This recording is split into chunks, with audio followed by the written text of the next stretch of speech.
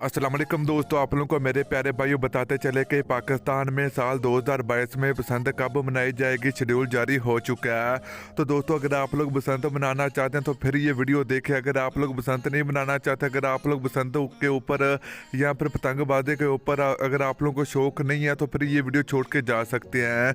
तो वही लोग ये वीडियो को देखें जो साल 2022 में बसंत मनाना चाहते हैं।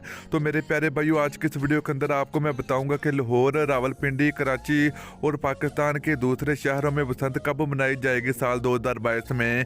तो वीडियो के अंदर आपको मुकम्मल आप लोगों को तफसील आप लोगों को मिलेगी। तो दोस्तों, से पहले अगर आपने अभी तक इस वीडियो को लाइक नहीं किया तो वीडियो को लाइक करें, चैनल को सब्सक्राइब करें, बेल आइकन जरूर इनेबल करें।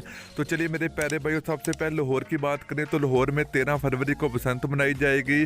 फैसलाबाद की बात करें तो 11 फरवरी को बसंत मनाई जाएगी। गुजरांवाला में 18 फरवरी को बसंत मनाई जाएगी।